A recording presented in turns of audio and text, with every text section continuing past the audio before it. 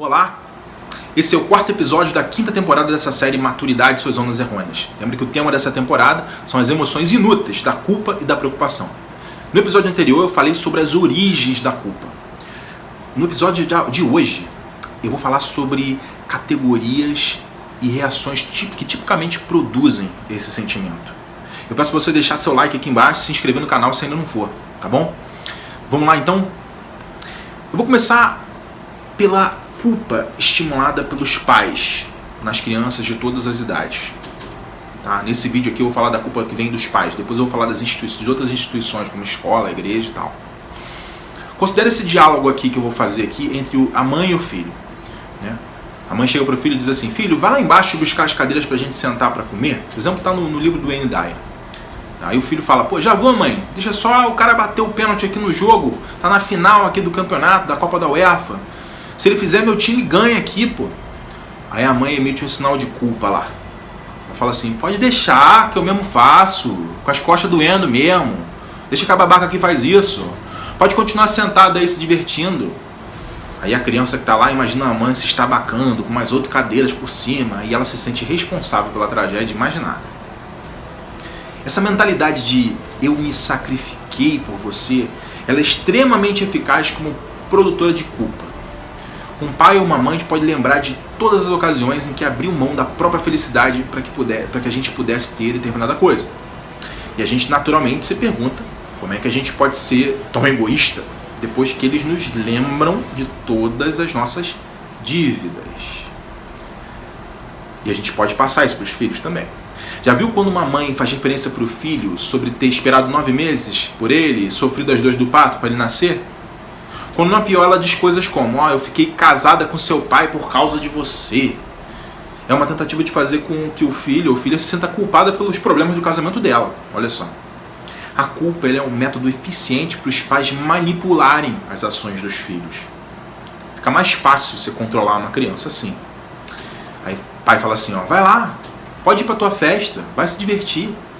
A gente vai ficar aqui sozinho nessa casa vazia. Não se preocupa com a gente não. Os pais fazem isso, né, quando eles fazem isso, né, como tentativa de fazer com que a gente ligue mais para eles ou visite eles com mais frequência quando a gente é adulto. A mensagem do você acabou com o nosso dia ou você nos desgraçou também é muito útil, bem mais pesada, né? Tem também o que os vizinhos vão pensar, né? São convocadas forças externas, então, nesse caso, para fazer com que a gente se sinta mal pelo que fez e para impedir de pensar, né? Da gente pensar por a gente mesmo. Uma que eu acho terrível é a mensagem de que se você fracassar em alguma coisa, você vai nos desgraçar. Isso faz com que seja praticamente impossível se conviver consigo mesmo depois de apresentar um desempenho fraco em alguma coisa. E isso é uma das raízes de um comportamento de inércia no futuro, permanecendo sem buscar os próprios sonhos. Para evitar de sentir essa culpa aí, a pessoa simplesmente prefere não tentar. Ela vira uma perfeccionista. Se eu não tiver certeza que eu vou conseguir, eu nunca começo. Ela acaba não se desenvolvendo e procrastinando tudo na vida. A doença dos pais é uma fábrica de produzir culpa em massa nessa sociedade nossa. Eles falam: você fez a minha pressão subir, você vai me fazer ter um ataque cardíaco, a gente precisa de costas grandes para carregar essa culpa toda por aí, sabe? Ela pode literalmente durar a vida toda. Se no caso a gente for um pouco mais vulnerável, a gente pode chegar a carregar a culpa pela morte de um dos pais.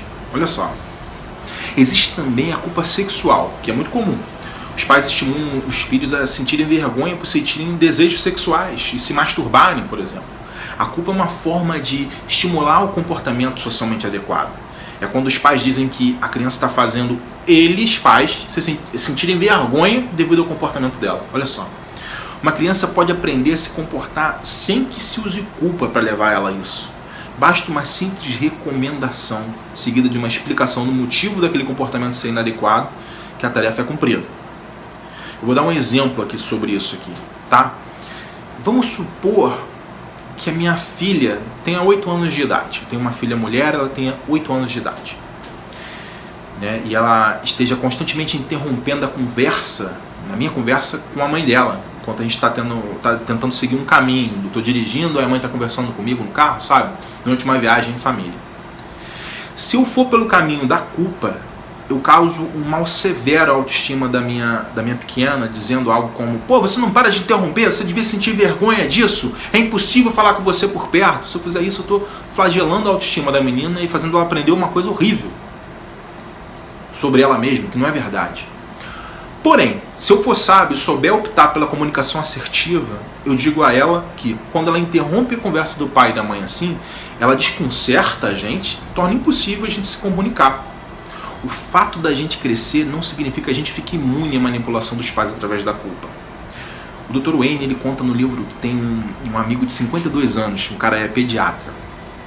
Ele tem uma origem, esse pediatra ele tem origem judaica, mas só que ele é casado com uma mulher que não é judia. Esse cara, ele mantém um casamento em segredo da mãe porque ele tem medo de matar a velha de desgosto. Ele chega a manter um apartamento montado só para receber a mãe lá no fim de semana sozinho, sem a mulher dele, claro, no intuito de fazer a velha acreditar que ele é solteiro. Ele faz esse teatro todo por medo de desaprovação e por medo de sentir culpa por ser casado com uma shiksa, né? O cara é um adulto, já quase chegando a idoso. Ele é muito bem sucedido e ainda é controlado pela mãe. Ele chega a falar com ela todos os dias do consultório, ensinando a peça lá de homem solteiro dele. Viu isso? A culpa estimulada pela família é a estratégia mais comum para manter sob controle uma pessoa rebelde. Esses exemplos que eu dei nesse vídeo são só uma pequena amostra de um mar de afirmações e métodos para fazer com que o filho escolha se sentir culpado, ficando paralisado no aqui e agora por causa de um acontecimento no passado, com o preço da genealogia. No próximo vídeo, eu vou falar sobre a culpa vinculada ao amante ou ao esposo. Deixa o teu like aqui se você não tiver feito isso. Deixa aquele braço de força se você teve algum insight legal nesse vídeo, tá? Aí nos comentários. Até o próximo vídeo. Força e honra.